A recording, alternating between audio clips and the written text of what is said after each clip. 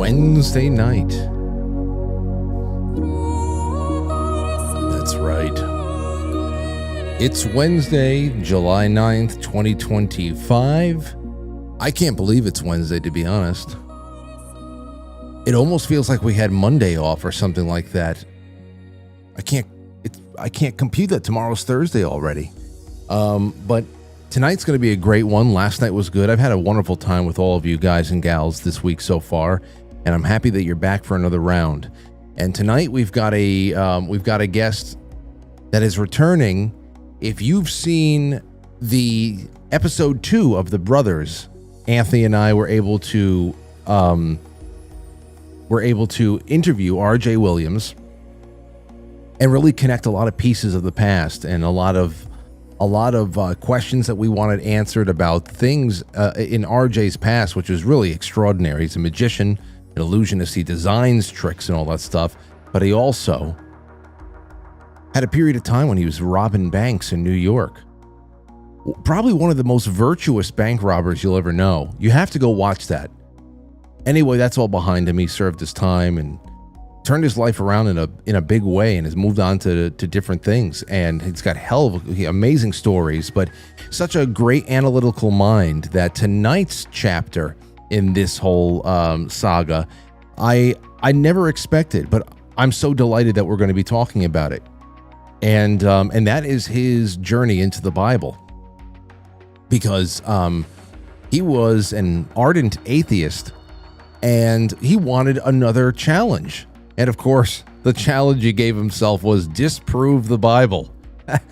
Oh man, and that's where we are tonight. That's where we are tonight, and it's going to be a good one. He's going to be on with me in just a few minutes. And we're just going to take a stroll through this one. And when it's all over, I'll probably end the broadcast around 8:50 or something like that, if I have any control over the clock at all, because then I have to go and join Matt Christensen for a little bit of overtime on the Matt Christensen channel on YouTube, and we'll be doing a little bit of some overtime talk over there. So it should be a nice busy night, and I like it. It's steamy outside. It's a hot week. And I'm all about it. So how the hell are you guys feeling? You can leave all of your thoughts and your well wishes and all that support for the show in the super chats. They are incredibly important these days. The fact that those open back up on YouTube is a small miracle in and of itself. We're going to be talking about miracles tonight. Small miracle in and of itself, because whereas I will not get used to the fact that it is there, while it is there, every little bit helps in allowing this show to not only grow but thrive, and that's what it's all about. You know, we are the tortoise and the hare. We're the tortoise. We will win the race. We will. All right. Don't worry, everybody. We'll be back right after this, and I will be introducing you to R.J. Williams. Oh, in the meantime, I would say go to quitefrankly.tv, check out the events page, and get yourself tickets to the September Jamboree. I'm hoping that R.J. shows up. Try and figure out how R.J. can get there. I'm still trying to figure out a way to get Mike Baldwin to show up and do a comedy set. But there's so many wonderful people that are signed on to be there, people from the audience, and of course, all of your favorites from the show. And I'm trying to confirm more. Hang out with us. It's going to be a wonderful time. And other than that, become a sponsor of the show. It's a big transformative year, and you'll see more and more as time goes on. All right. Be right back. Don't go anywhere.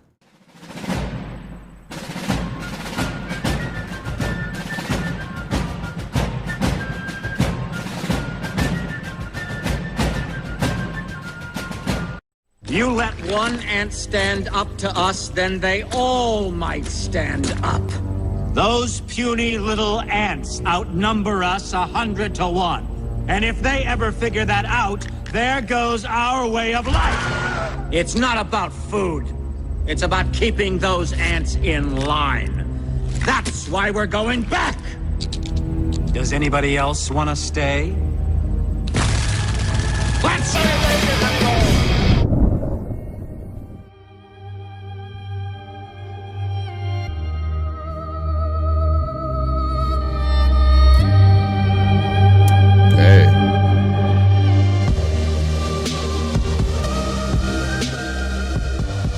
Good to have you guys back on that middle day, man. Getting over the hump over here. Okay, so let me read you a little something. Just a little something, though, because we've got the man here, so there's no reason why I should have to defer to something he's posted in the past when we can just talk to him.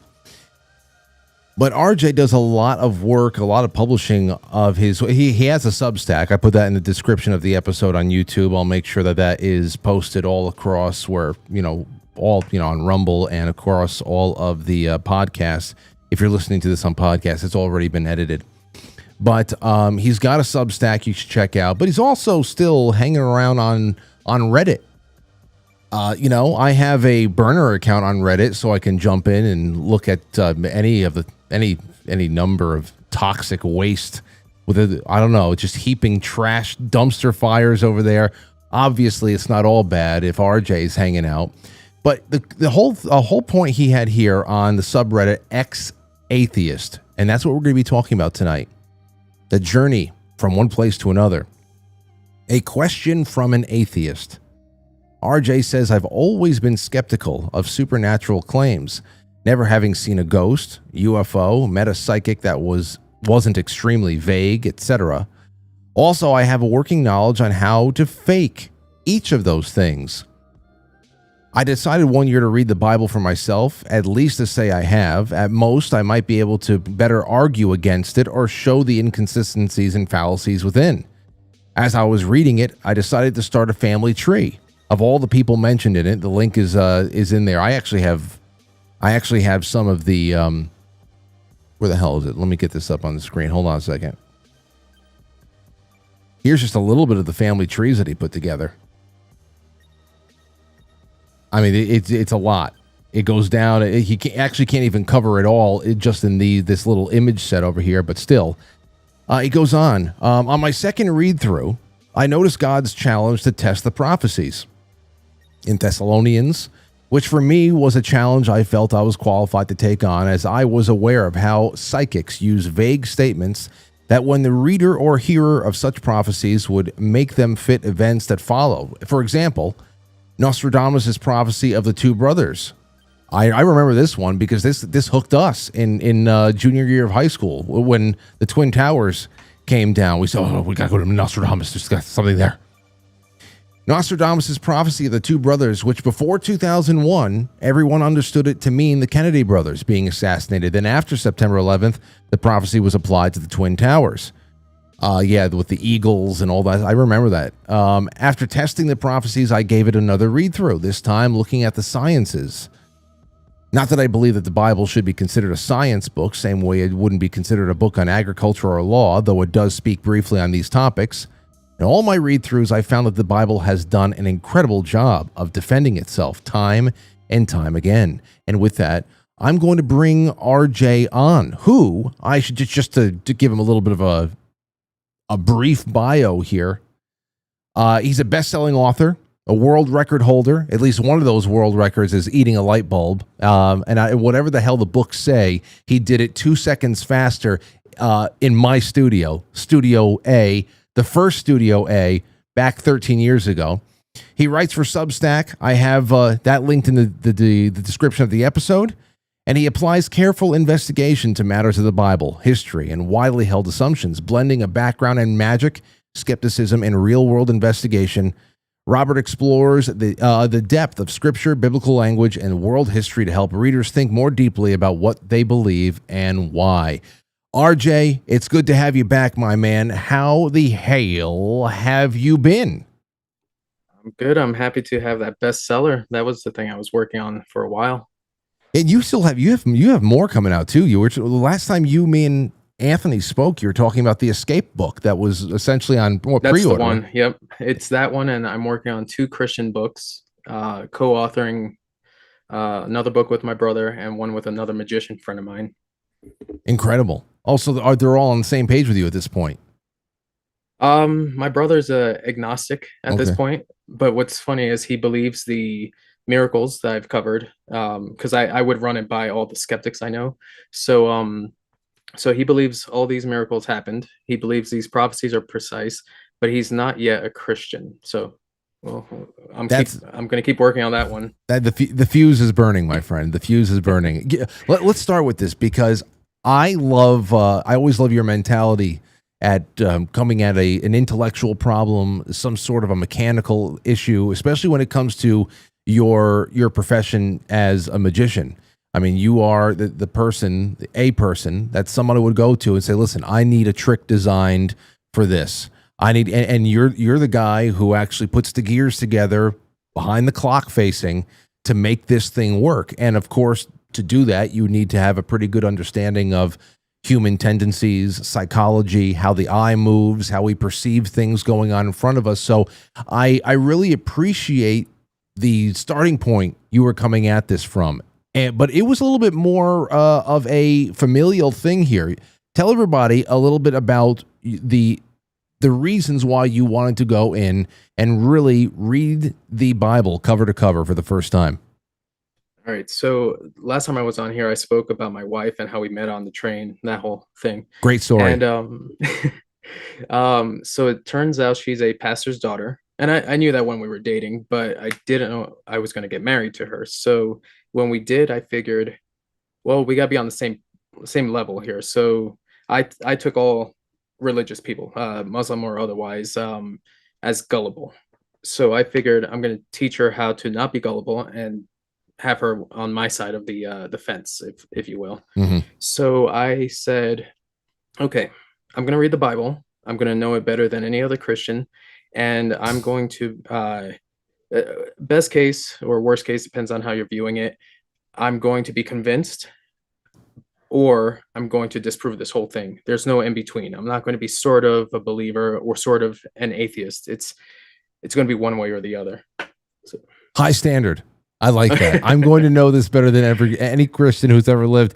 I would like to I'd like to say, first of all, if anybody doesn't know that story, if you haven't watched the Saturday night special, The Brothers episode 2 with Anthony, me, and RJ, the story of him meeting his wife, incredible, employing some of the same tricks that he used in his epic run over here in New York with some of the banks and the notes. It was such a poetic way to wrap up our conversations that night. Really wonderful. So what you did is you wanted to get on the same page, you said, and perhaps even try to deconvert her so that you guys would be on the same page from a skepticism standpoint, an agnostic standpoint. Or would you say you were agnostic or outright atheist? No, I didn't believe anything supernatural to begin with. And with my background in magic, you would think that with all the investigating and looking for something that was entertaining, cool, or unusual, I'd find something. And I haven't. I can pretty much watch a magic show and go, I can suss that one out. So I haven't met any psychics, and I've met a lot of psychics who were mildly convincing. Never one. Yeah, well, I've had lay people, like friends of friends, and I would tell them, hey, I'll go pay for this psychic reading for you, but before you go in, here are a couple of points that you need to know. And then they go in, and guess what? Psychic can't read anything. So, it's not even like they can try well. I've convinced mediums. I had the psychic gift. I've convinced psychics. I had the psychic gift. What was it? One of the I'll give you an example just to show you how well this works. So I had this sort of public access TV like talent show, and one of the judges was a psychic. So anyway, we went to a diner afterwards to sort of celebrate this airing of the show. And I turned to one of the judges, the one who wasn't a psychic, and I said, "Hey, do me a favor, think of something." And she said, "Anything?" I said, "Yeah, whatever you want." And so I started to break it down from like little like colors and things about it. And what's funny is the psychic said, "I'm going to be over here writing something. Don't worry about me." And so I said something about the color blue, and he goes, "Look, I wrote blue." And that was all he said for the whole thing. And then I continued, and I got what she thought of. I can't remember what it is at this point, but he came up to me later and said, "So you're psychic? You have the gift?" I said, "No, it's all a trick." I even told him how I did it, and he goes, "That is a clever trick, but I'm still convinced you have the gift." So I mean, even giving him the secret, the guy thought I was psychic. I don't want to derail this broadcast from the onset. But I have so many questions about your thoughts on remote viewing and everything else like that. But I think it's going to tie in nicely to just our general discussion of miracles tonight, because you were saying I had a starting point of not really having any kind of belief in anything supernatural.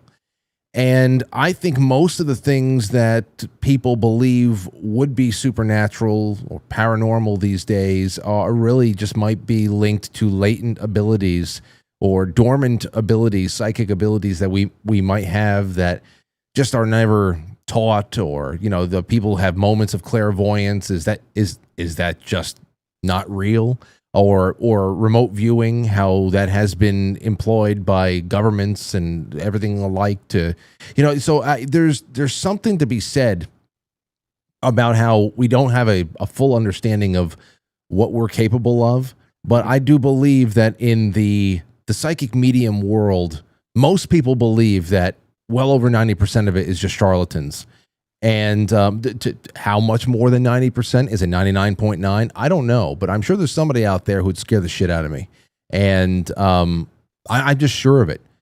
Either way, that will come up again. So you're out there, you said, all right, well, it's time to get on the same page as my wife, a pastor's daughter, no less. Where do you start? I mean, where do you start? Let's start with, I don't know. Was it prophecy that kicked you off? What was it? So yeah, the like you showed the family tree. The reason that was significant was I wanted to know who was who, and the reason why is because the Messiah comes from a certain family line. So I wanted to make sure that was consistent. So I guess let me start with that group of prophecies. So when I was examining prophecies, I had to have a certain criteria first before I examined it, because I didn't want to adjust it based on certain prophecies and say, see, now it doesn't qualify because I've just added this criteria. So I wanted to lay out the criteria first. And so I said, any topic, so whether that's messianic, end times, whatever the prophetic topic is, I'm going to take everything related to that. So I'm not going to read a line in isolation. For example, he's going to ride, the Messiah is going to ride into Jerusalem on a colt of a donkey, and say, well, that could apply to anybody. I had to take all the messianic prophecies, and it was more of a a elimination game. So I didn't say, well, Jesus is the Messiah, and let's see, what prophecies he fulfills. I said, these are all the prophecies, and who doesn't fit this? So, Shakespeare didn't fit this. Julius Caesar didn't fit this. Now they're eliminated. And once I've eliminated everybody, I would go on to the next prophecy and keep, it's like the game of Guess Who, where I would start putting down the faces. And it seemed like Jesus fit all of them. And again, that wasn't with the goal of Jesus fitting, because, this is the New Testament. People could be writing it after the fact. However, he's the only one in history that would fit that. So that wasn't necessarily a hit for me to say he's the guy, but of all the characters in history, he'd be the one who fit the best. And here's the thing: if Jesus, for example, was not the Messiah, the Judaism fails, and the reason why is because all these prophets have to. What is it? There's an Old Testament passage that says, I'm going to paraphrase, but the idea is, how are we going to know that a prophet's a true prophet? And it's that if he speaks and it doesn't come to pass, he spoke presumptuously. He shouldn't be feared. So if all the Old Testament prophets spoke about a coming Messiah and no Messiah came, the whole Old Testament fails, because they would be false prophets. Yeah. But then again, we have the modern day where Judaism they're still waiting. So they wouldn't say that it failed. They're just still waiting. Well, there's time markers in the Old Testament. Pretty much it tells you how many years before the Messiah was supposed to come after a certain event, and that window closed because the Messiah was supposed to come to the temple, and that temple has been knocked down. So that window for the Messiah to come. Oh, see, I didn't know that there was a time limit. Oh yeah, I don't know if you could pull up a verse, but if anyone's interested, it's Daniel 9, and it's going to be verses 24 through 27. So it's only three passages, and it says from the time that the decree to rebuild Jerusalem is issued, it's going to be this many sets of seven, right? Um, before the coming of the Messiah. Let me see here. 77s are decreed for your people and your holy city to finish transgression, to put an end to sin, to atone for wickedness, to bring in everlasting righteousness, to seal up vision and prophecy, and to anoint the most holy place. So 77s. And by the way, I'm not just saying these are years for the sake of saying they're years. I applied it to days, weeks, months, years. And decades, it's outside of where we are now, so that didn't work out. So what is it? Rabbinic Jews will even qualify that as 70 sets of 7 years. So it's not just my own interpretation. I'm taking the interpretation of scholars and Jews, and so the idea is 70 sets of 7 is 490 years. So it's a 490-year window. Beyond that, well, it says, and then the temple would be destroyed after that. So if the temple's destroyed and the Messiah hasn't come, he missed that window of time. I'm looking at it right here. Wow. Yeah. Verses 25 and 26. That's when it really starts getting juicy. It starts getting. It's really juicy. You see that puts a whole other level on it. You see, well, they're still waiting. So, well, for what? Well, off the air, I was talking to you about Islamic prophecies about the end times, and a lot of people say, well, a lot of these are coming true. See, Muhammad's a true prophet because one of the prophecies says people are going to compete to build tall buildings, right? And there's a bunch of other things. What they leave out is the fact that it's people without shoes who are building these buildings. But let's just say that that's not a qualification. It's just these tall buildings. But in the Hadith collection, it's essentially a book of sayings and deeds of Muhammad, right? So it's not the Quran, it's things that he said outside of the Quran. And they asked him, when is the last hour going to happen? And Muhammad turns to a little boy also named Muhammad, and he says, see that boy right there? If he grows, if he grows in years, he won't be an old man before the last hour comes upon us. Well, that's over 600 years ago. So regardless how specific all the other prophecies seem about the end times, he missed that window. That boy is long gone. The end times didn't happen. It's one of those things with the end times. I'll bring this up because we were talking about that. We just hit on the coming of the Messiah, and then of course there is the second coming and Revelations, which is a gigantic topic. And the Revelations is so psychedelic. Everybody has their shots at that, and of course, because whenever you're talking about end times and things that are so Armageddon like and destructive and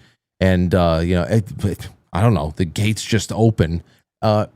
It's kind of cozy in its horror, and everybody's got a take on this stuff. But the one thing here, because over the years, especially between the years of like 2007 to 2013, I feel like every year somebody from some congregation somewhere was putting all of their eggs in the basket that the end of the world was coming on a certain day because they decoded the Bible in a certain way and all that stuff. And, we would always love when we heard a new rapture date, because then we're like, okay, great. Let's just wait until midnight, New Zealand, as long as it turns midnight in New Zealand or something like that, we know it's the next day. They're not going to wait until Eastern time to be able to. Why would God wait till Eastern time? To let's just start the new day at the very first place. And it was always fun waiting up and watching the clock turn and the pages on the calendar change. But what ultimately those rapture days really stopped. And again, or you missed the rapture. I don't know. Actually, hold on. Little bit of an aside here. I really do believe that the world does end every 3 to 4 years. And I'm not talking about no politics. I'm not talking about election cycles or anything like that. I look back 12, 16 years, every 3 to 4 years. I really do feel like it is another lifetime, That was 5 lives ago.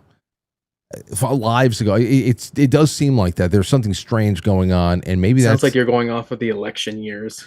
it's something like that. Or there's ways to mark the times, and perhaps because we are being so, maybe we're being so severely changed and mutated as a society with every election. You create so much. I don't know, tension and so much. I don't know. It's just like there's urgent need for there to be some change to save us all from the brink every 4 years, and brinksmanship is real. There's a lot of chaos, especially the last 6 years or so. But still, here's the thing I wanted to ask you, because it's been very easy to dismiss rapture date charlatans, talking about charlatans before, who put Judgment Day out there because the Bible tells us that no one will know the day or the hour. But there is one thing that everybody does love speculating on as well, and that is the Antichrist. And we do know, we should be able to at least know and ascertain, maybe not the day or the hour, but perhaps the season, based on wherever the hell this Antichrist is going to show up. But again, how do you identify the Antichrist? What's your thoughts on this? So that passage that we looked at, the Daniel one, a lot of people point to that to tell you something about the Antichrist. So since that one is a timeline, it says that he will make a covenant with many for 1 week, right? Or a period of 7 years. And in the middle of that, he's going to, I'm going off memory here, but that essentially he's going to turn around and destroy the temple and all that. But first off, we don't have a temple. So the Antichrist can't do anything yet, if we're assuming that the Antichrist is still waiting for that temple. But here's the thing. I think a lot of passages about the Antichrist are taken out of context because tradition has said so. So, for example, and I will get back into things to look for in the Antichrist. I just want to show you one thing not to look for in the Antichrist. So you don't want to associate something with a figure in the Bible with the text that doesn't have to do with them. So if you look at the that Daniel 9 prophecy, it says that the Messiah is going to be killed, and after that, the people of the prince are going to destroy the temple, and he will make a covenant with many for 1 week. But here's the thing: who's the subject in that? Because people think it's the prince, but notice the prince isn't even in that, because it's the people of the prince. So the subject is either the Messiah or it's the people.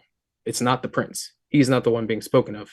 You get what I'm saying? Yeah, I'm seeing the end will come like a flood. War will continue until the end, and desolations have been decreed. He will confirm a covenant with many for 1/7. Right. So who's the he? Because it's not, if you read back, the prince is only mentioned because the people are of, it's the people of the prince. So he's not the one confirming covenant. So the only other subject would be the Messiah. And here's the thing. Now this is sort of going on tangent, but I want to show you that this isn't about the Antichrist, because that's going to be important for anything else that we conclude about him. So I don't know if you recall when Jesus broke the bread and said, "This is my body. It's the new covenant." Oh, no. He takes a cup and he says, "It's a new covenant in my blood." He's the one confirming a covenant with many, right? Because he says, "This is a covenant for many in my blood." Mm-hmm. So in the text there, the Messiah is the one confirming a covenant with many.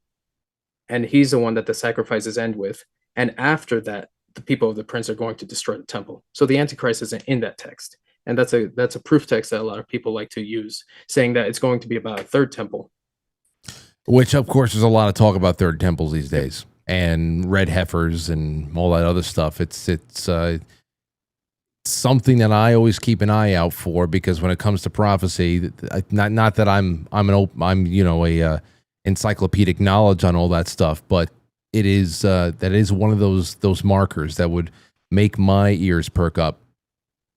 And so so another verse about the Antichrist is, I think it's in 1 John, where it says many antichrists have come, right? And it's essentially anyone who denies the Christ is the Antichrist. So here's the thing. It can't be a Muslim figure, because Muslims, even though they don't say that Jesus is God, Muslims say that Jesus is the Messiah, right?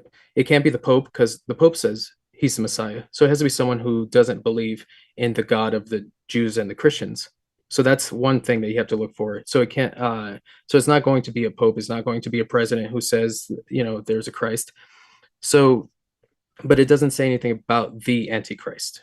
It just says Antichrist, and that the Antichrist will soon show up. So I guess that brings us to Revelation, because that's where all future things are going to take place. Now, I have friends who, we agree on a lot of things, and I think where we disagree is when it comes to Revelation. Not so much the interpretation of certain aspects; it's just where we are on the timeline of things. But I sent you a screenshot of a coin. I'll ask you to bring that up in a moment, but could you pull up another verse? Because this is where people start to think that the Antichrist is somewhere in this text, and it's going to be Revelation 17:9 and 10. So while you're figuring that one out, the idea is this: it lays out a bunch of kings or rulers of some sort, and these are going to be of 10 kings. Now, you can't read Revelation without an understanding of the Old Testament. If you do that, you're sort of speculating things. You're saying, I have it for you if you need it. Yeah. Could you read that real quick? This calls for a mind with wisdom. The 7 heads are 7 hills on which the woman sits. They are also 7 kings. 5 have fallen. 1 is, the other has not yet come. But when he does come, he must remain for only a little while. Did I get the right one for you? No, that's the one. Okay. So the reason I bring this up is because this is in Revelation. We're now talking about specific individuals. We don't know who they are, but they're kings, right? Now, these could be emperors, these could be popes, these could be dictators, presidents. They could be any sort of ruling official, right? So if Revelation's about the future, then it's important to know where these people are from, these rulers, because that's going to let us know where we're looking for an Antichrist or somebody to come out of. Make sense? Yeah, it does. And we do live in the age of a great many, I don't know, international tribunals and one world governments trying to form, all that stuff. Exactly. The new world, the deep state versus the deep church and the melding of the two. We've been reading a lot about that over the years. So, your mind wanders between all that. And I got to say, hold on. No, I'm not going to derail you from this. I want to finish up your thoughts on Revelation. Go ahead. So I'm going to have you pull up the coin in a moment. But if the prophecy said that this person would come from a city of a big apple, then you would know this is New York, for example, because that's the colloquial imagery for New York. So if I can find out where this woman on 7 hills is from, then we know that these figures are coming from there. So we don't have to speculate it's Russia or the Middle East, because that would tell us. So if you could pull up that coin, I'm going to tell you about it. Okay. So here we go. This is the 7 hills of Rome, which I was going to bring up. I said, it's got to be Rome. No. And by the way, the link that I had you look up, that's not a Christian link. This is a secular coin collecting sort of thing. cngcoins.com. So if you go down a little bit, first line where it says Vespasian, right? And it says the date that I think that's the day he reigned. I can't see it. It's a bit blurry, but it talks about the woman on the hill. Her name's Roma. And this is a Roman coin during the time of the First Jewish-Roman War. So this war was one in which the temple was destroyed. Remember the Daniel prophecy? It said after the Messiah, the prince are going to destroy it. So this coin comes from that time period. So now we've got the woman on 7 hills. So those kings mentioned in it have to be from Rome. There's no other way about it. So these aren't Russian dictators. So you have to read the book of Revelation with the understanding of Old Testament, because that's how, because remember, John is Jewish. He's writing things with Old Testament symbolism. You also have to look at what they understood during that time. So he was around during the First Jewish-Roman War. And so this woman on 7 hills would have been something understood by everyone he's writing the letters to. And then where does that leave us in modern day, 2,000 years later? So this part of Revelation has nothing to do with modern day, at least this part. I'm not saying everything else about Revelation, but the idea is now we're starting to see that a lot of what Revelation's talking about is during the time of John, the guy who wrote it. So if the 5 kings that have already passed and one is, that means that's a current king of king of that time. So now this is where I'm going to mention something that sounds speculative, but a lot of people will hold to it. The number 666 in Revelation, right? People attribute it to Pope John Paul, Obama, so they can make anything fit 666. However, there was a Latin translation, and instead of taking 616 in the translation, they had 616. And why that's significant is because my name, for example, is Robert. In Spanish, it's Roberto. If I was to take the gematria, if there was a gematria in Spanish and English, the number would change because my name in Spanish has an extra letter to it. So the only name that fits both 666 and 616 would be Nero. Yeah. And Nero was also the 6th king, if you count back from Julius Caesar.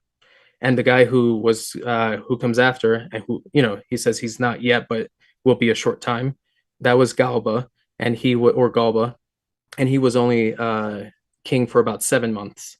So this is starting to point to that time period before the temple got destroyed. So it's bringing a lot of Revelation back to the generation that Jesus said. He said this generation won't pass till all these things happen. Well, this is within that generation. So the temple hasn't fallen. So, but here's the thing. I'm saying a lot about Revelation, but I haven't broken down one term, because you can't take a term in isolation. So for example, in your modern lenses, because if we read a book from the early 1900s and it said the word gay in it, you would know this would be happy, for example. Yes. But if you read it in 1960s or later, you might read it, if you don't understand the context it's coming from, as someone a homosexual, right? You darn right. So the idea is you can't read an ancient text in a modern lens. So I'm not going to take the terms divorced from its context. So I'm going to give you 2 passages. It's just a line each, involving the last days, because that's where we're talking. So either the last days are this generation, or the generation after us, or the one after us, or there's a different meaning for the last days. So the author of Hebrews says this. Now it changes depending on the translation, but the gist is the same. So this is from Hebrews 9:26, and I'm just putting this out there for anyone who's interested in looking it up. It says, "But now, once at the consummation of the ages, or the end of the ages, he," being Jesus, "has has revealed himself." Let me do that again. So it's, "But now, once at the consummation of the ages, he has been revealed to put away sin by the sacrifice of himself." So the author of Hebrews is saying that when Jesus came was the end of the age. But, we can say, well, not everyone agrees who the author of Hebrews is, and I'll grant that one. So I'm going to give you one from Paul. And this is from 1 Corinthians 10:11. It says, "Now these things happened to them as an example," so the people of old, "and they were written for our instruction," meaning Paul and his contemporaries, "upon whom the end of the ages have come." So he's defining the end of the age as that generation. Jesus says that this generation won't pass till all these things happen. Not one stone left on top of another, wars, rumors of wars, famines, all these things, which did happen leading up to the destruction of the temple at that time. So what I'm saying is there anything future regarding Revelation? Sure, there is, right? Because there's the war of Gog and Magog, there's the millennial reign, there's new heavens and new earth. So I'm saying that some of these are still future, but a lot of these seem to be pointing back to the generation that Jesus said these things would happen by. You see, that's and I when you bringing up understanding generational use of terms, and also things that were lost in translation, the languages that things were originally published in, whether it be Greek or anything else. Have you ever, in all of your study, read into or listened to any of the work of Dr. Michael Heiser? Mm-hmm. That's when I started.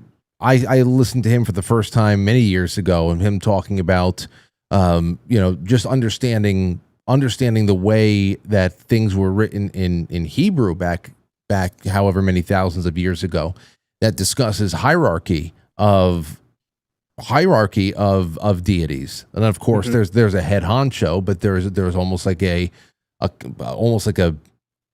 council of gods under the head honcho there is.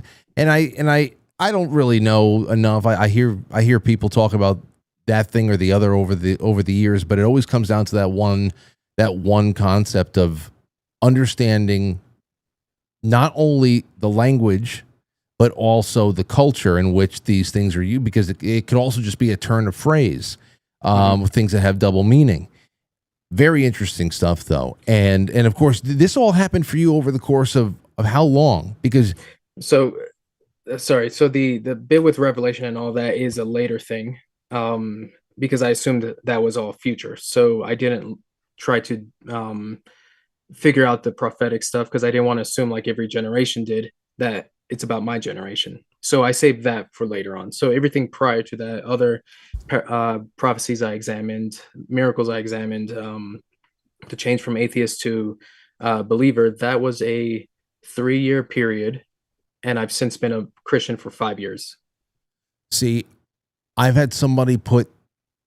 read things that have put the number of proofs between Old Testament and New Testament where fulfillment of prophecy and also being able to go and tie up loose ends and just referencing each other somewhere in the thousands. And obviously that in itself seems to be just so unlikely that this could be just how a man-made work. Yeah, I know. And of course compiled by man's hands, and there's plenty of reasons why anybody out there would say, there are things that are divinely inspired, but I know plenty of Christians who also, pump the brakes when it comes to running to the Bible for answers on every last thing that's going on in their lives and in the world, just because of that game of the unclean intentions of man and what happens along the way, and what could be screwed with in some subtle way. But I mean, the overwhelming is that this thing does support itself, and for 5 years now. Listen, here's the thing for me: everybody's finds a way in. You're showing, obviously, this is all piling up for you. At what point? How far in? Maybe about. Are we talking weeks? Are we talking months? Are we talking days that you said, "Oh man, this is not going the way I thought it was going to go," and I think that there's something to this. Right. So the last read through, so I did 3 cover to covers, and that's not including research in between, right? So I would go back and read certain things, but I'm talking about 3 cover to covers, read throughs of the Bible, and I had already tested prophecies, said these are pretty good. I mean, I don't find a lot of fault. They're more specific than I thought they were. And then the miracles, I said, so when I was trying to tell my wife, see, this is all the miracle is just this natural phenomenon, and she hit me with this one line where she said, okay, and I said, what do you mean? And I just debunked the whole Exodus for you. It's just this sequence of events. And she goes, well, God can use that, can't he? And I didn't see anything in scripture that didn't say he couldn't use natural phenomenon. Like there's one story in the Exodus account. They haven't had they're in their 40 years of wandering. They asked for meat. They said, what we would do for meat, right? Like we had in Egypt. And so they prayed, and God sent, and it says, God sent a strong east wind to bring this, the quail to the campsite. Well, it says right there how he did it. So that's not to say that was God or wasn't God. They could be imposing God onto the text, but the idea is that the event likely happened. So it was when I realized, when she said that I can't write off God by putting a naturalistic explanation to it, because that would be me writing off the agent for the mechanism. It's like saying, well, because there's a Ford car, Henry Ford doesn't exist. well, that's a non sequitur. It doesn't make sense that one is going to negate the other. One relies on the other, or it could be separate from it, but the agent doesn't cease to exist because the mechanism exists, if that makes sense. Yeah, especially if we're talking about the creator of the mechanism, Right. So, that's really what gets that. If you listen to any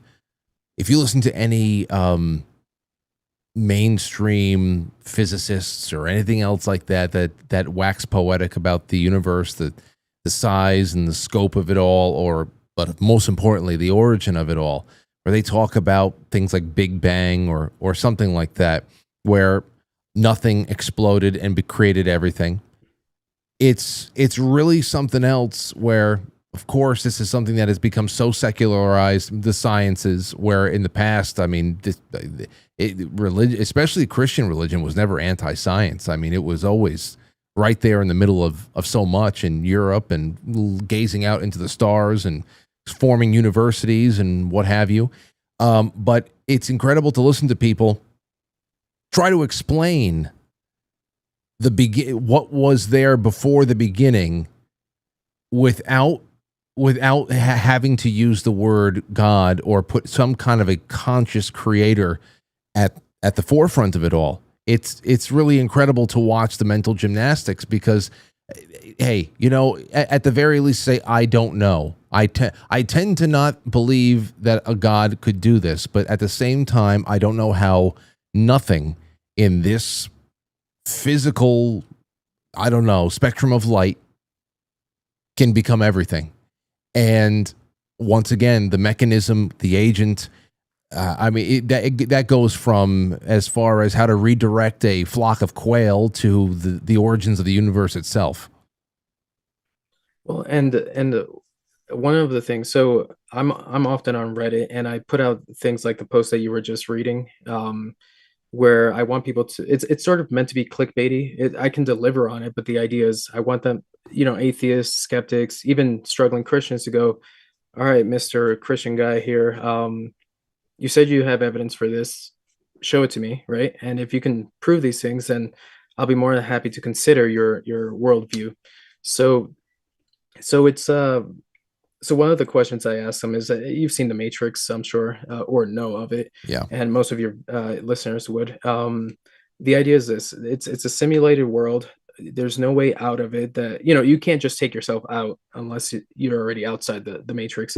And so, how would you prove or disprove the Matrix from within it if all the tools or laws of physics are within the simulation? You wouldn't be able to do so. And the only way that you could well, in the movie, for example, the way that you would know you were even in the simulation was if there was a glitch, if someone told you about the real world outside the simulation, or if you yourself experienced the real world. And so, I mean, some people say that the glitches are like the Mandela effect, but I don't really buy it. But the people telling you about the real world, these would be like prophets, assuming that these aren't con artists. That would be the prophets in the Bible or anywhere else. And you get stepping outside of the simulation into the real world would be like a near-death experience. And people have had experiences where they met Jesus or experienced God or what have you, and then they know that there's something outside of that. So I usually will walk them through that to show them that they can't just write off God by looking at science, because science will show you what typically happens in a closed system. It doesn't tell you what happens outside of that. So God wouldn't be subject to science. However, he could make himself known by science. So if he wants to leave his fingerprint on it, that's pretty much the only way you'd be able to argue with science. Okay. Okay, so then we're going to have to talk about miracles now. Especially fingerprint, argue with science, all that stuff. I'd love to hear a little bit more about what you focused on. I know that you did, you examined about 30 or so Old Testament miracles, probably have to... A small handful of New Testament ones. But I'll tell you that it's sort of like, these crime shows, they can pinpoint all these crimes to one person, and it's because they have the same MO, they have the same style of doing things. So with a lot of these miracles, and I will let you know ahead of time, there are miracles that, or things that were traditionally understood to be miracles, that while I was doing this, and even now that I'm a Christian, that I say, I don't think that's a miracle in the Bible. I think it's our misreading of the text. So for example, we might read it and go, oh, that's, like, I'll give you an example of one that I don't think is a miracle, but it's typically stated as such. So there's two resurrection accounts. One is Elisha had died, and some guy elsewhere had, they say he died, and there were raiders in the town. So instead of doing this funeral, they throw him into this tomb. It was a tomb of Elijah, and among touching the Elijah's bones, the guy woke up and ran out of there, right? And the only reason we have a record of it is because I'm sure that guy went out and told people. Either that or it's a made up story, right? But if it's a true story, the guy would have left and people would have said, "Oh, that was the tomb of the prophet." So the thing is, that one I can't say for certain that that's a miracle, and it's because of the details. And it's saying that because there were raiders, they had to hurry this up and throw them in there. But a lot of times in antiquity, in modern times, I mean, the story of Bloody Mary was that she was buried alive, right? Some people say it was that she scratched at the her coffin and her fingers were all bloody, and that's what, it's only when they checked it. That's why it says the expression "saved by the bell." It's because there were so many of these happening that they tied a bell to the person's wrist so that if they heard it, and that's where the graveyard shift came from. It was someone listening for the bell. So if that could happen in relatively modern day, why couldn't that happen back then? So there's certain events I could say, well, we don't know for sure that they were dead. Hey, just on this show, I think we've covered it a couple of times. Whenever these stories pop up, I think it's called the Lazarus syndrome. Yep. People will be in body bags. They will be pronounced dead, but they're I don't know. Some of them will come to, and their heart rate will have dropped to almost an indecipherable. But I don't know. It's something so faint, but they will stay alive, almost like in a point of stasis, and then they'll just gasp back to life, and sometimes live for months to years. Mm-hmm. And some of them will wake up in morgues, or it's crazy. So, and I'm not saying that some of those aren't God's hand in it. I can't tell you what's God's hand in a modern day event. I can only tell you what the Bible says is God's hand, and I can only examine that. So, anyway, so there are some miracles that I feel aren't miracles because the text sort of suggests it's not, and we've just read into it that it might be. The resurrection of Jonah would be another one, because some people say, well, he prayed in it saying, "I've gone down to Sheol," right? The place of the dead, and people will say, well, he rose again. But in antiquity, if you were left out at sea, there was a good chance you weren't coming back. So that was for him a death sentence, so that kind of thing. So I would say that that's another he could have been speaking figuratively, right? That's being out there, being out there at sea was essentially hell, right? And he said that in the Great Fish, right? Which I have an argument for what the Great Fish is, and I would say it's a naturalistic explanation. It's not a one-off creature. It's something you could go out and see right now. But anyway, so the idea is, so those were things I was trying to see is does the text read like there's any testable material? Can I go off of this, or is it too vague or too short and I have nothing to go off of? So I mean, I had to learn some things in physics that I didn't already know in order to test certain things. And people that I knew that were in certain fields, I'd ask them, hey, does this theory make sense? If not, where am I lacking? And I'll revisit it again. And a lot of the miracle stuff is peer reviewed. I mean, I'm not saying it's like peer reviewed where I can go publish it in a scientific journal, but I've had people who are atheists examine my work. I've had people who are in certain fields and go, yeah, no, that sounds about right. That's how I would say that mechanism works. But the MO that I was talking about with the criminal, how you would identify them is in every miracle account, or pretty much every one of them, there is some foreknowledge given.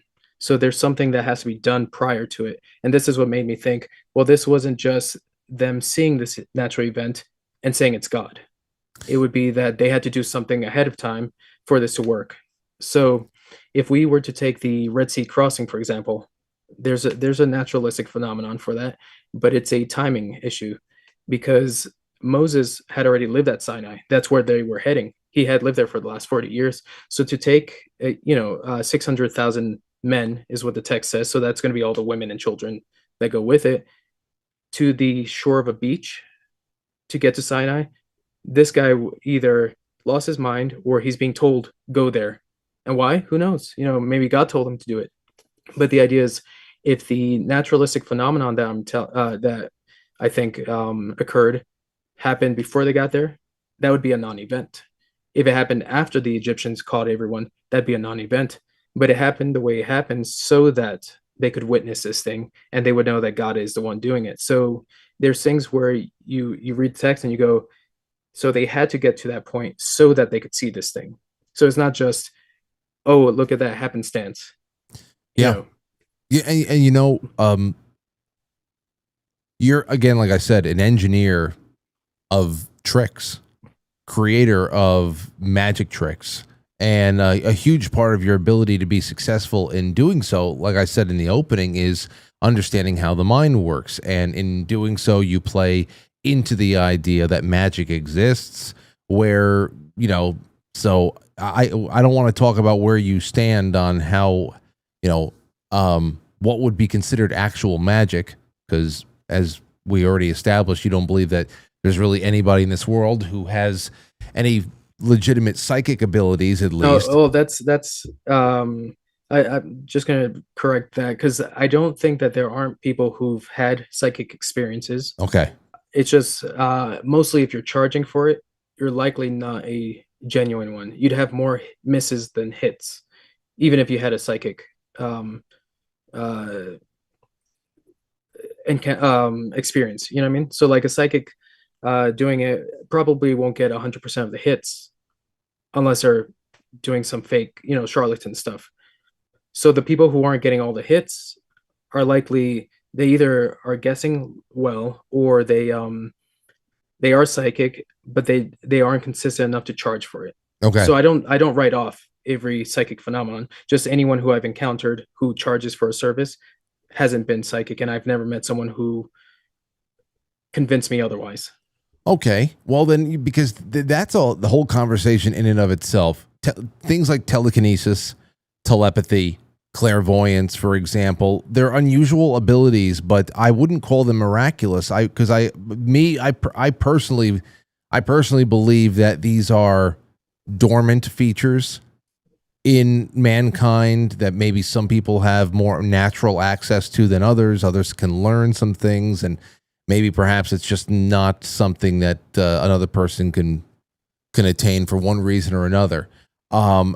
I don't know. I don't know if that is attributed to some force beyond scientific understanding or biological understanding, because I haven't seen anything just yet. But I tend to believe that they are innate and in many cases just dormant. But going beyond psychic abilities or anything like that, we have the concept of healing. Mm-hmm. Okay, now not only just healing, but healing and the role of perfect faith. What perfect faith plays in healing, like we see in the Bible. When it comes to Christ, when it comes to Jesus, we also have the concept of divine authority that comes into the case as well. For example, Jesus gave his disciples authority to perform miracles, to heal the sick, to cast out unclean spirits, all that stuff. So I love for you to maybe talk a little bit about that, because whereas perhaps there is a lot to be said about concentrated human intention and manifestation of things that we would think is miraculous, but perhaps we just don't have the faith to be able to do it. There's also the concept in the Bible of superseding factor of divine authority that is, that really fills in the gaps of things that we can no longer explain naturally. So what do you think about that as far as those hierarchy of abilities we have? So before I get to that, well, because you said about with complete faith, essentially, right? With so first we got to know what faith is, because one thing that I thought, and I know a lot of people think, is that faith and belief are the same thing, and they're two completely different words. Now you can't have faith if you don't believe a thing. Like I can't have faith in Santa Claus if I don't believe Santa Claus exists. So so the dictionary definition, and it seems to be the same thing throughout scripture, but I'm going to give you the definition is complete trust or what is it, complete trust or confidence in someone or something. So when Jesus said all you have to have is the faith of the size of a mustard seed, he's saying have a little trust in me, right? So if you don't have trust in anything, you're not going to be able to operate in that authority. I'm not going to, if I have no faith that if I have no belief in unicorns, I'm not going to have faith in unicorns. I'm not going to go looking for unicorns. But if I have an ounce of trust that, these prophecies are genuine, these miracles happened, I've heard these testimonies, I'm a little convinced that God exists. Guess what? He can operate with that because I now have some thing to springboard off of. So anyway, so that's faith. And then the idea is, remember, it's trust as well. So faith encompasses trust. So if you trust, if Jesus says this thing about if you have faith, you can tell this mountain move and it will do it. Now, I don't think he's telling them that they're going to move a mountain, but the idea is anytime you operate in, say, the Holy Spirit, it's got to be something that aligns with the will of God, right? So if I want to move that mountain, but it's not in the will of God, it's not, I'm not operating in his will. I'm not going to have the authority to do so. If it was relevant for me to move that mountain, maybe that's a different story, Oh yeah. But splitting the sea. But see, Judas was one of the 12, and he operated in casting out demons. I think it said he healed the sick as well. But the idea is Jesus also said he was a son of perdition. So, this is a guy that he knew was going to fail. He hoped he would succeed, but he had the authority in Christ to do these things. So, here's one thing I realized recently, or I heard it, someone mention it and I looked it up. But when Jesus was about to be betrayed and he said, one of you is going to betray me, everyone said, Lord, is it me? But when it comes to Judas, he says, Rabbi, is it me? So the thing is that he believed that Jesus was, a good rabbi. He didn't believe he was Lord. So the whole point is that his faith was, besides the fact that he turned in Jesus to the Sanhedrin, it was the fact that he didn't even trust Jesus's authority. So he operated in with the name of Jesus to cast out demons, but his faith was much lower than everyone else's because he didn't trust that this is who he said he was. So I think the amount of trust you have in Christ or in God in general, I think will reflect how much you're able to operate in it. And I'll give you another example. Police officers have the authority to carry out the law, but you also have some bad apples in the bunch, but they still have the authority.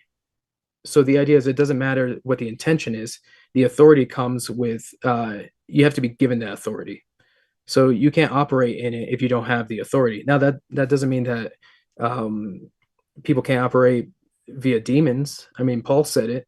So that's where I think some, if there is anyone who has psychic experiences, it could be from demons, it could be from God, it could be from latent mental faculties.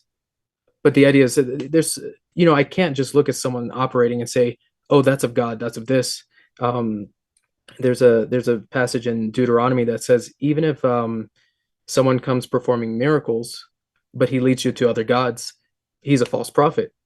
So the idea is the fact that you do these things doesn't tell me anything about what authority you're doing it. It's who are you worshiping? How are you doing it? What do you attribute it to? Tells me where it might be coming from. And again, there we are again, because to be able to commit to some of these works that some people would say is straight up magic or paranormal, supernatural, whatever the hell it is, I believe that a lot of this could be attributed to just dormant factors within ourselves that we just don't understand how to wield and never been taught that. But then of course there's raising the dead. There's one thing to go into a meditative state and to accelerate your healing in marked ways. It's another thing to raise the dead, and that's what I want to get around to next. Now, I'm going to play 3 minutes.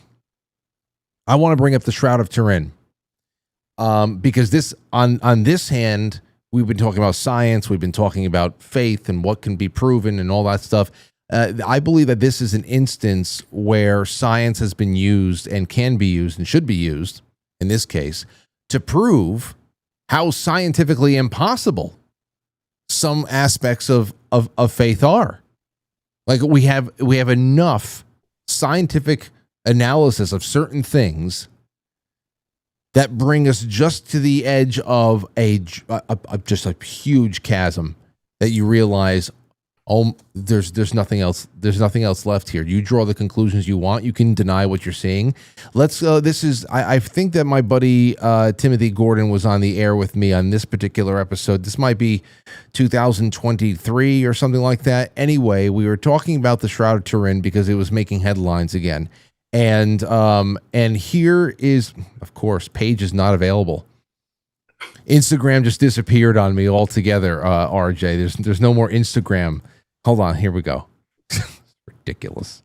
Take a listen to this. It's about 3 minutes. Talk about the light event. This is literally in the whole history of the world, the whole history of science. When he says the light event, we're talking about for those of you in podcast land, everybody else has a visual.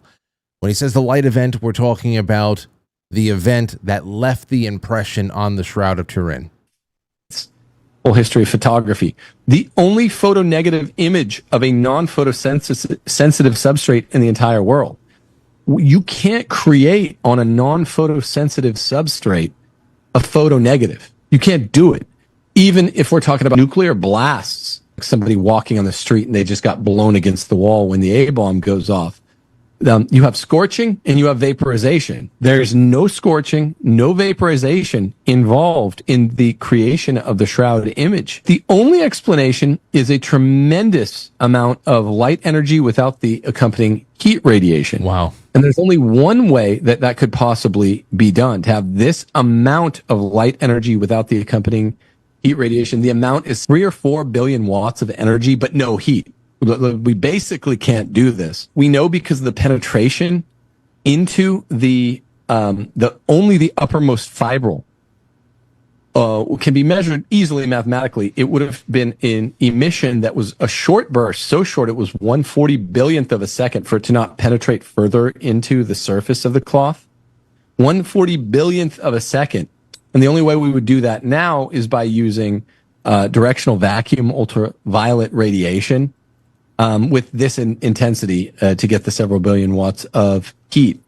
And it actually, by the way, it exceeds the total capacity of all the Excimer ARF lasers in the world, which is like 14,000. That's the only way. If you add them all together, you might be able to get such a short burst. I used to think that every distinct line and curve and whatever that makes up the face and this human male image was left by blood. I thought this was an entire blood-soaked image. The photonegative aspect is so much crazier than anything. Yes. Because I'm thinking, okay, well, wow, well, it's all blood. Even in 1300, even if it's 1300 years after the crucifixion of Jesus Christ, how the hell can you even do this? Because it's not blood. This is the image. This is light without heat. That is what blew my mind about this whole thing. The whole photonegative thing. I thought that was just like a descriptor because it looks like, you go to CVS 1 hour photo 15 years ago and you take out you look at the negatives. And I always thought that was just a way to describe what it looked like. But the fact that it is actually that's mind blowing. We couldn't do this today. Make a light burst that strong where it would create a photonegative on a non-photographically sensitive substrate like a cloth. You couldn't do that even today. That remains, that's a miracle. Now, that's science vindicating, proving, beggaring the proposition of thought that that's absolutely a miracle. So that's where it also becomes very interesting that it's three-dimensional. You see subdermal contusions if you look at particularly the body cavity. And what you see is a transparent man, as Father Spitzer says, we're watching a man becoming spiritual. There's that right there, RJ. Yep. You're watching a man become spiritual. I mean, that, I don't know. This really, that really gets me. It really gets me. And so the photo, for those who don't know the Shroud, the photo we were looking at there is the negative of the negative, right? So that's the positive image of it.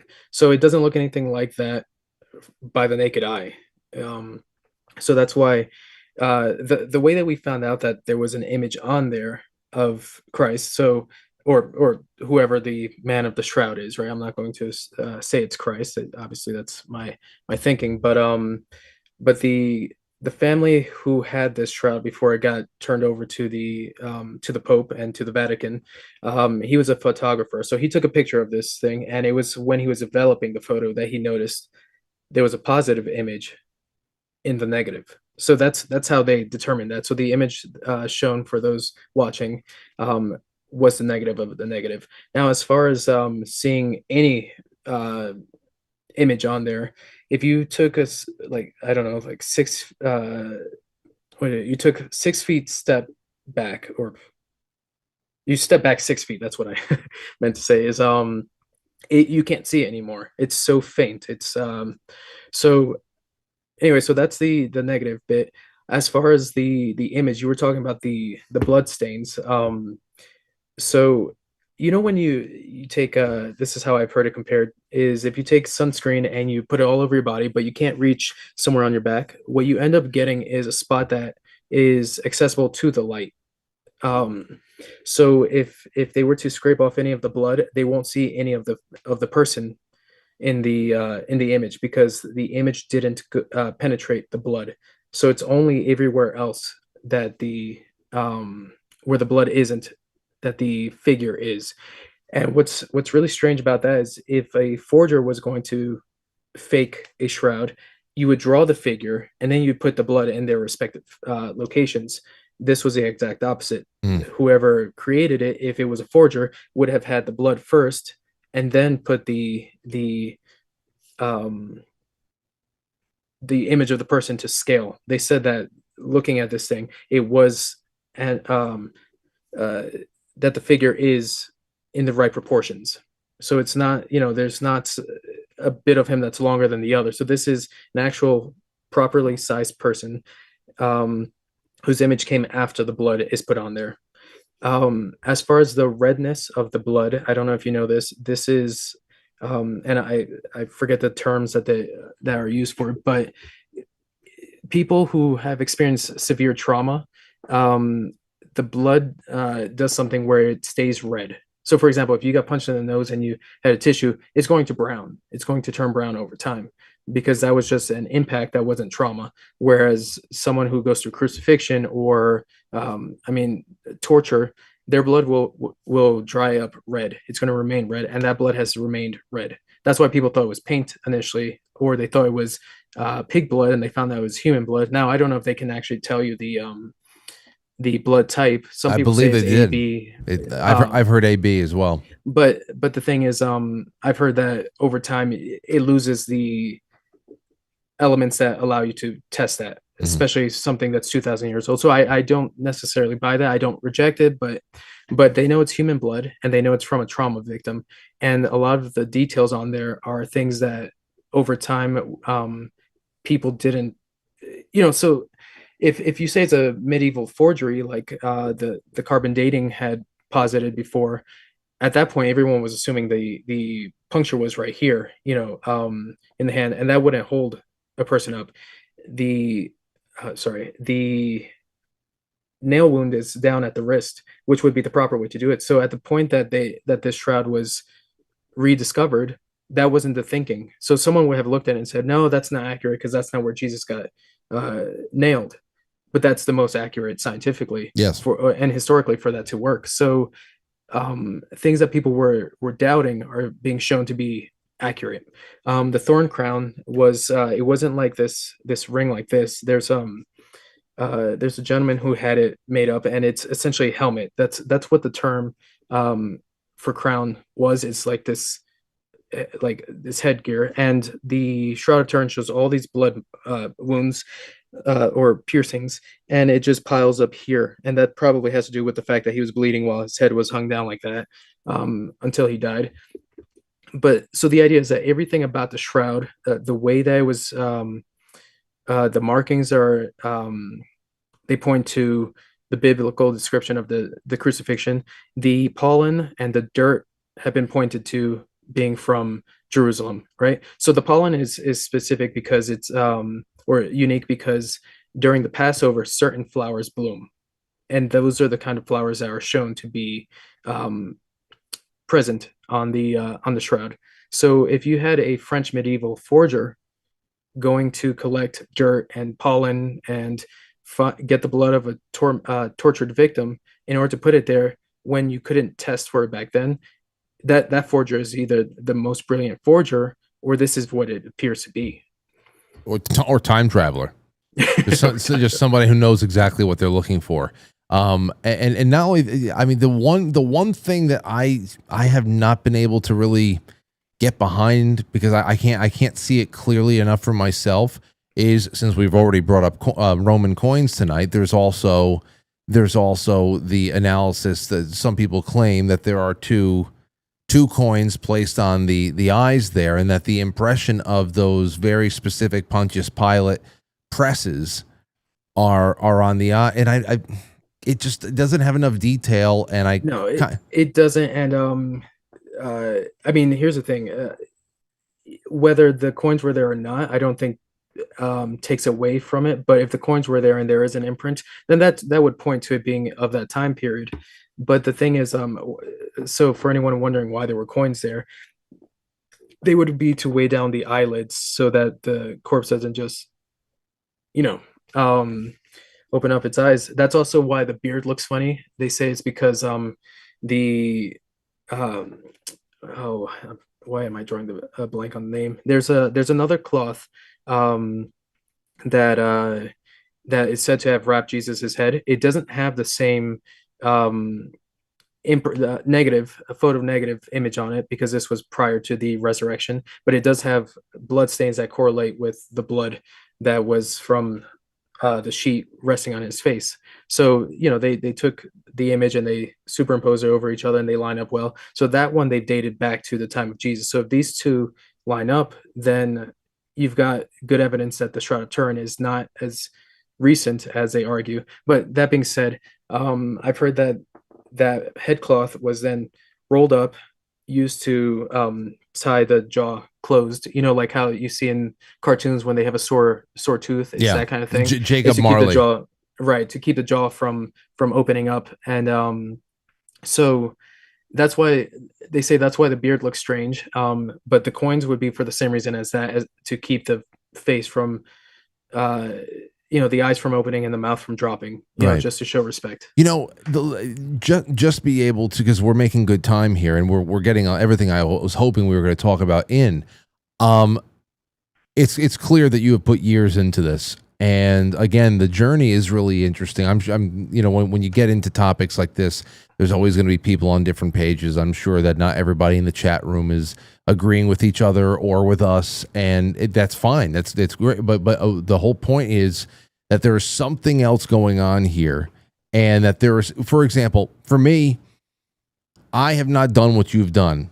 I have found another way in. I discovered ponerology, things like ponerology, the study of the nature of evil. I learned about the reality of demonic possession, and then it all snapped for me. Like if there is evil, there is for sure the counterweight to that. And then you start noticing a little bit more of the targeting of the church, the targeting of the Christian faith at large, the targeting of the family unit, and then the attempt to replace it all with various forms of Satanism, humanism, secular governments that are all about creating deities out of marble marble, Capitol buildings instead of anything else. And I was far less skeptical about everything else from there on in, because I knew that, if that world existed, if the evil was real, then the good must be real as well. I just always wish that the good wasn't so subtle when the evil is so boisterous. But here's my question. We know how this started for you. It was an intellectual challenge. And of course, it tied in with your new marriage.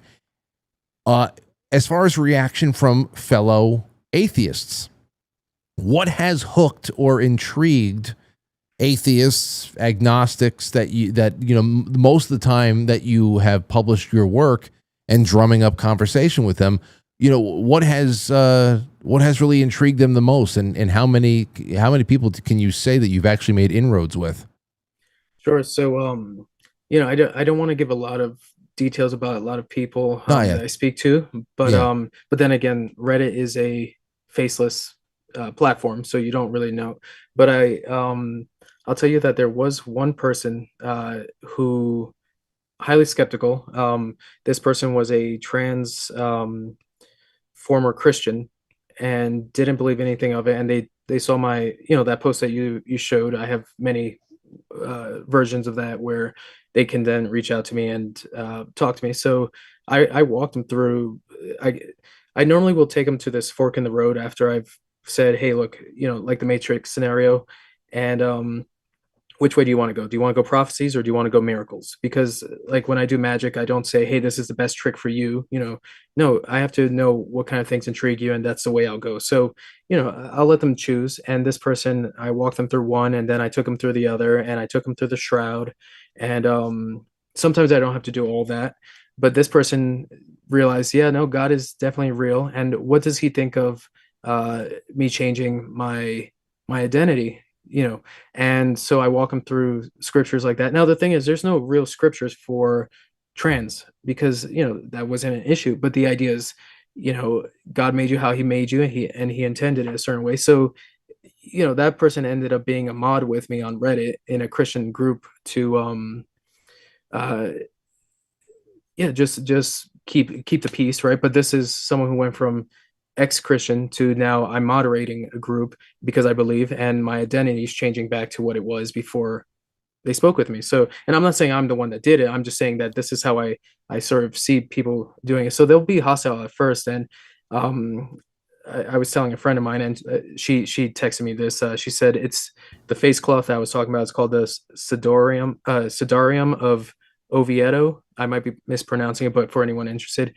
But what I told her recently is, at this point, I have so many messages on my Reddit that I don't know who's an atheist anymore, because once we're past the hostile, we're now talking facts. So this could be a struggling Christian, this could be an atheist, and we're just talking facts in the most polite way. So, but I've had people say, well, why you're one of the smartest people I know. Why would you believe that? Now, it's not so much a challenge of what happened to you. Why'd you become gullible? But it's like, I know you're a smart guy. Something must have convinced you. What was it?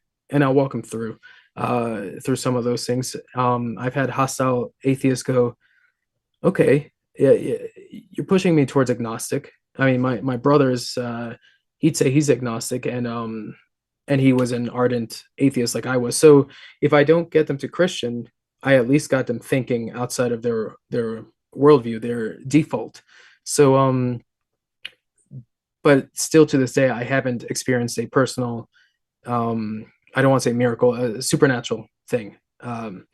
So my testimony is not based off of experience. And I think, maybe God's doing it that way so that I don't mislead people into thinking, oh, well, now he's had this experience and he thinks that that's what I haven't. And it's all just from the logic side of it.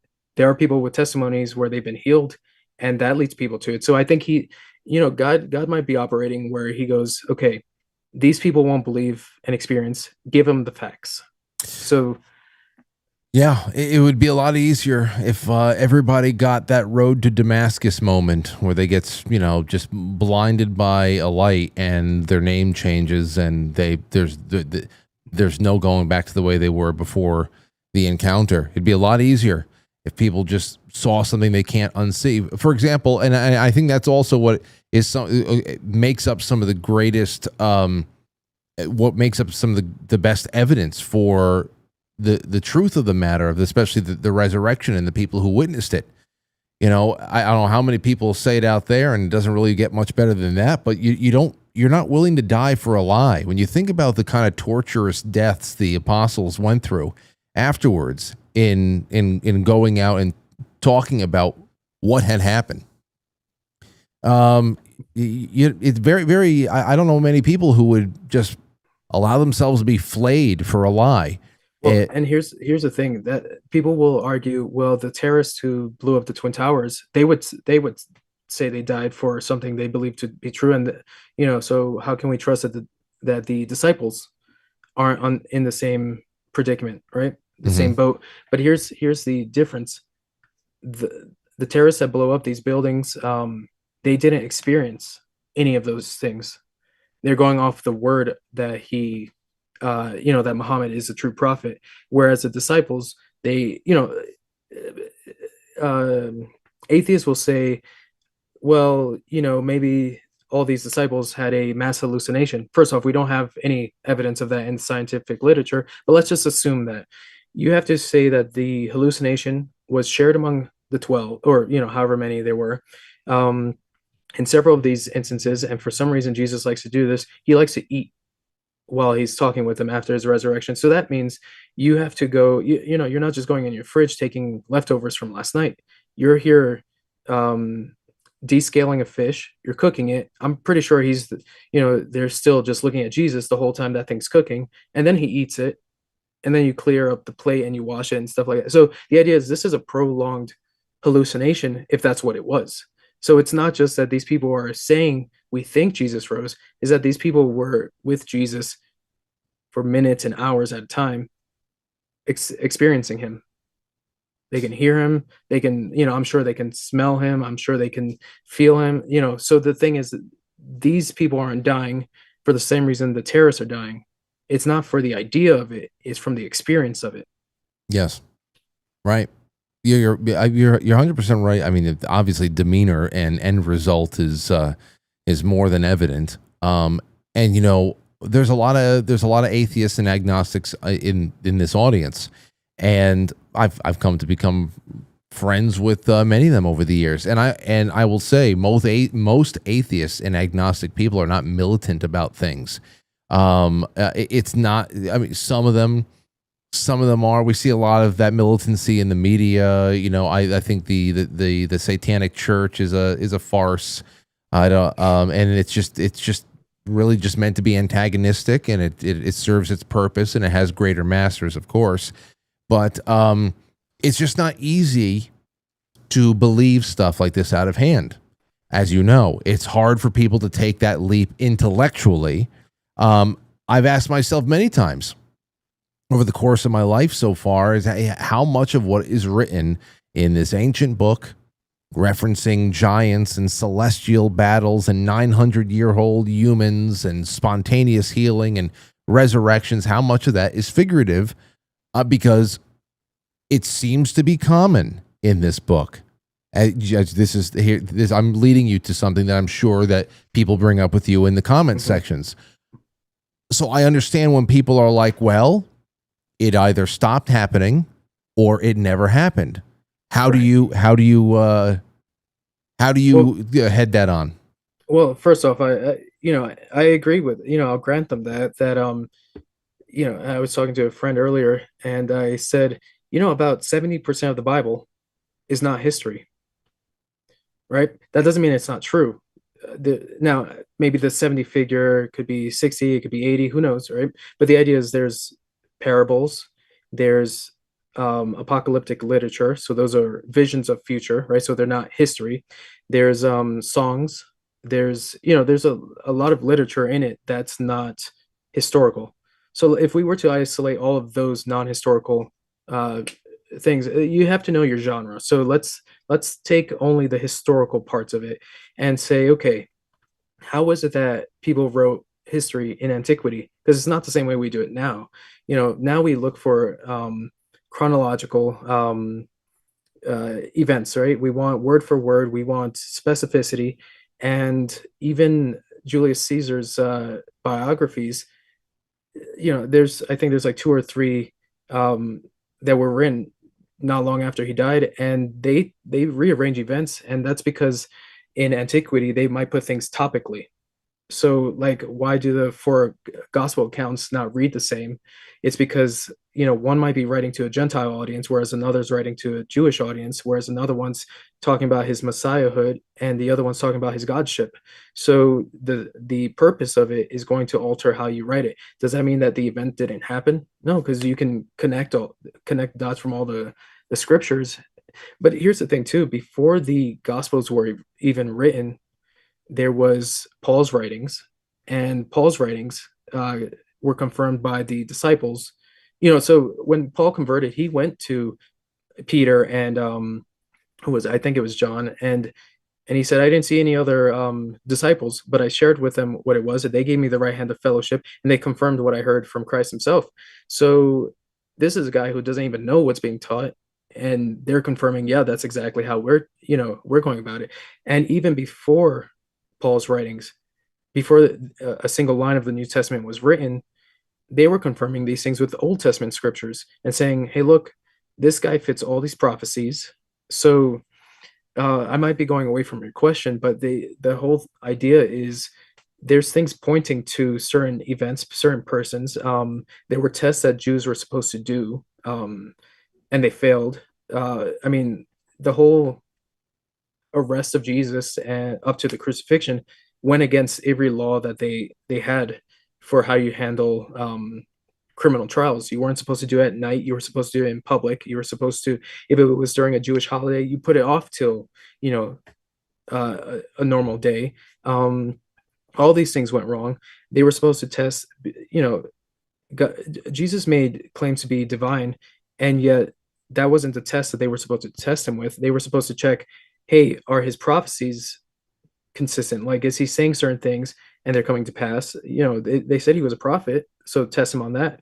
Test him on, is he pointing to the God of our ancestors? Because like the passage I said earlier says, even if he's performing miracles, he could still be a false prophet if he's leading you to other gods. So there's all these tests, there's all these sayings, all these expressions, and you have to take it in the way that the authors intended them to be. You can't take them in isolation. So I'm sure I completely missed answering your question. No, you didn't. Those are points that you gotta, you can't be a New Testament only Christian, because then you're not going to read the New Testament. Like you said, it hyperlinks back to the Old Testament, the Old Testament back to the New Testament. If you're only reading lines of the New Testament, you've missed the context. If you're only reading the New Testament, you've missed everything. You miss why Jesus came and died. You miss the whole point of Revelation. So you're not supposed to read this ancient book in a modern context. You're supposed to read it from the way the authors intended it to be read. So, well, yeah, that's it's a great point. Is when I think about this, the usually, especially in the Catholic Mass, when I go to Mass on Sunday, or any Catholic like me goes to Mass on Sunday, the first reading is Old Testament usually, and then the second reading is New Testament, and they're usually they usually complement each other. And it took me a very, very long time, because of course, the first 35 years of my life, I wasn't actually paying attention to anything in Mass. But it took me quite a while before I started realizing, oh, there's a connection between the first and the second reading. And again, many times they are what we were talking about before.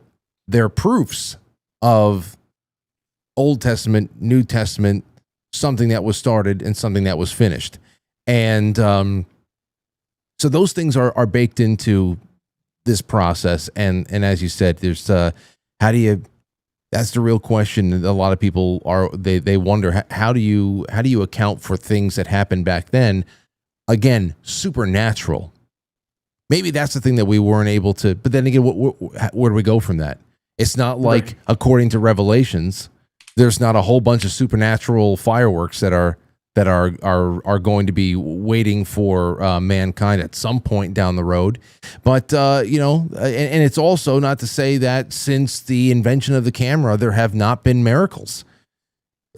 So that's that. But as far as the miracles that set the precedent for, Anno Domini, that's we only need it to happen once, right? So. Well, and here's a challenge I'd like to present to anyone who's not already a believer, because this is the same challenge that sort of tipped me over, right? So in all throughout Proverbs, it says God detests unequal scales, right? Now, whether you believe in God or not, the idea is you shouldn't have a double standard. So, I'm not, don't read a text. Like I said, with the word gay in a book back then and today, don't read that in its proper context and read the Bible in the wrong context. So, and then here's the thing: challenge your own worldview. It could be right, but it should be something you can test. If you can't test your own worldview, then it's not something you should hold to. Like if you can't, I know there are atheists and agnostics who will go do Buddhist practices, but they're not Buddhist. So why can't you do the same with Islam or Christianity? Before you write it off, test it. But even if you're not going to do all the things that, you're not going to go to mass, you're not going to do stuff like that, at least read the literature. Because I'm not going to say, I've read Harry Potter, but I'm not going to say, I don't like Harry Potter. Why? Have you read it? No, I haven't read it, but so the idea is read the literature, know the context, and test it out. Worst case, you're back exactly where you started. Because for me, it was I didn't expect to convert. I expected to know it better and know how to argue against it. But you can't argue against something you don't know. So my challenge is test it. Now, however, that means to test it. If you're going to say what Romans 10:9 says and declare Jesus your Lord in order to test it, sure, go for that. But I say at least give it a read through, consider it, and say, okay, if this was true, would it look any different than if it was false? Like, would this text read differently? And I can assure you, the text reads more consistent as truth than it does as falsehood, because there's too many connections from one gospel to the next. There's they call it undesigned coincidences. That's where this author doesn't say something, but this author does, and it doesn't have the full picture. But when you put them together, only an eyewitness would have made those connections, that kind of thing. So anyway, whichever route you decide to take, I would say test it, right? Yeah. When I tested the prophecies, it was because First Thessalonians said, don't scoff at the prophecies, but test them. So this is me going, okay, I'll debunk it, but you know what? I'm taking every challenge you've got. If you can't take the challenge, then get out of the ring. Don't say it's not true, and just say, hey, I'm agnostic on the position. But don't say I'm an atheist, because I know it's not true. Well, RJ, I can't. This went exactly as I hoped it would, and I knew that we were going to have a great conversation. And to be honest, I have a whole other set of questions that I can't wait to bring you on for. Not related to this. This is just another, whenever you come on for whatever the hell it is. Now we just got a little bit more in the bank to go back to if something ever comes up. But I've got questions for you that you've actually shared with me, some little bit more side notes and footnotes about things about casinos and the nature of banks, and of course a little bit more about your bank jobs and all that stuff in your past life. There's so much more I would love to bring you on for, but this little Bible study that we did with you tonight was really something else, and I thank you so much for the time. I have your Substack in the description of the episode. Obviously, you are active on Reddit, and Right. That is, what is it? It's pretty much my first and last name without any vowels. That's it. So Robert Williams. I try to keep it simple. Too many Roberts in the world. But yeah, if anyone has a Reddit and they want to reach out, I don't care how ardent of an atheist you are or how much of a Christian you are, or Muslim, reach out. I'm always on there. I'm happy to answer questions. If anyone wants to see any of the breakdowns of prophecy or miracles, I'd be happy to share it. Okay, you said Robert Williams. Hold on, without any vowels. Yep.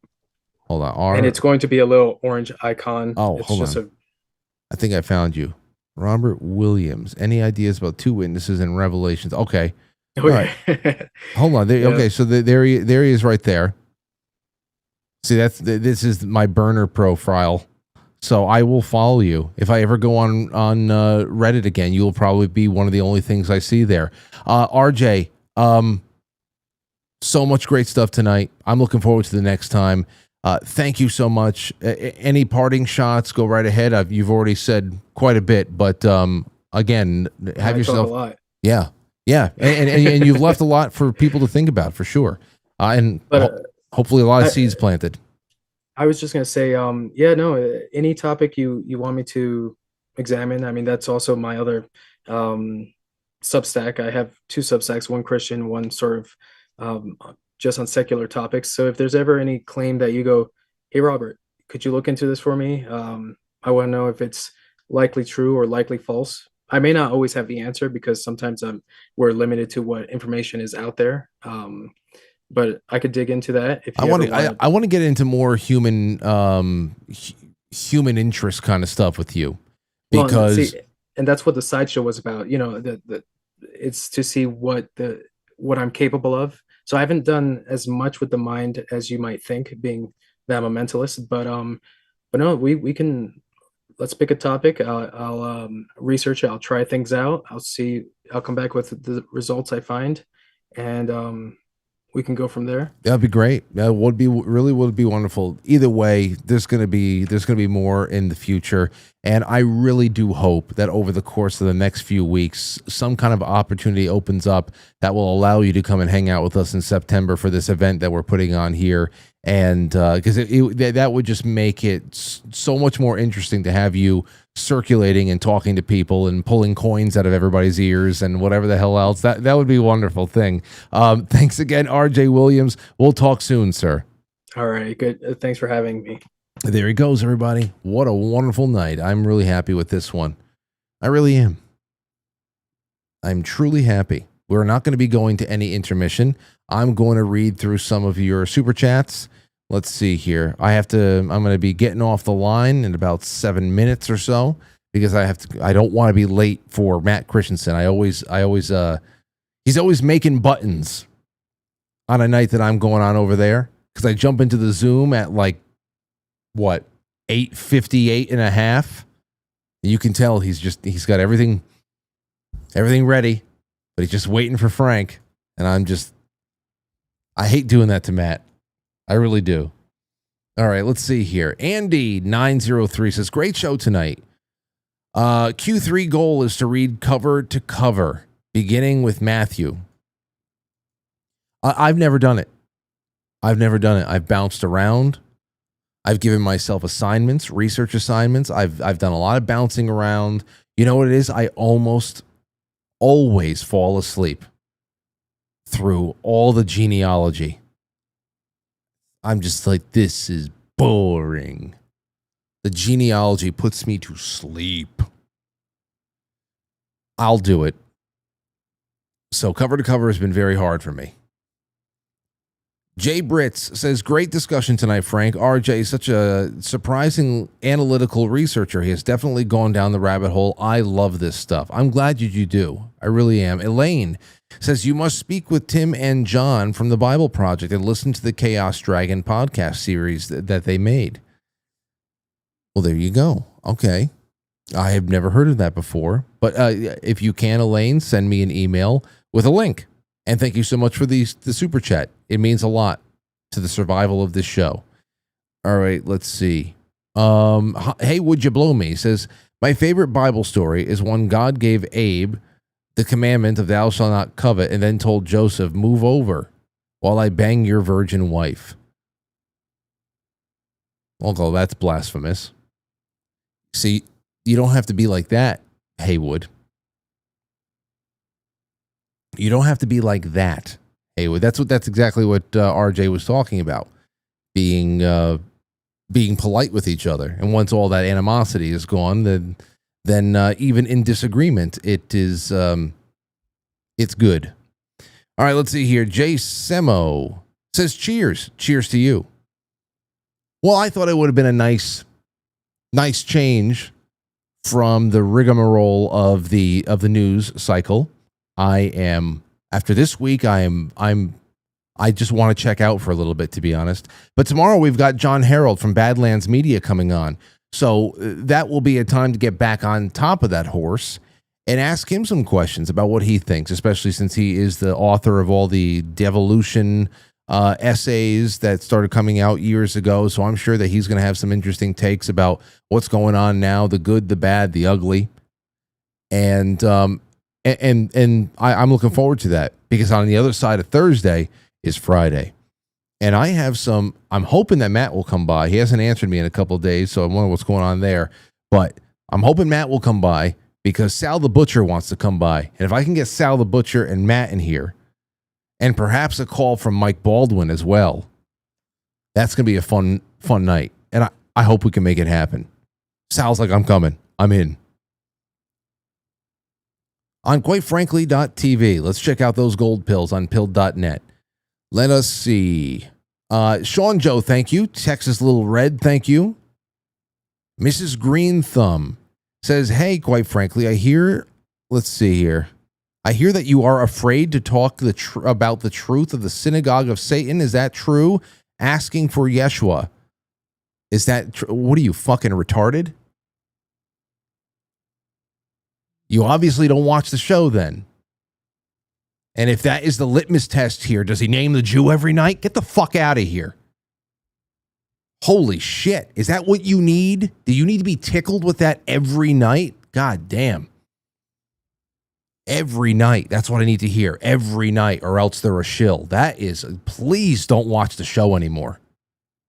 You obviously don't watch the show because you don't know how far we've gone in. It's just not a nightly thing. Damn. I'm telling you, when I see that, the first thing I say to myself is, Mossad.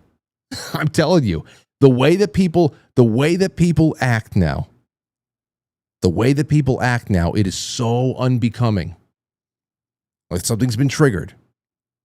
And that's what repression will do.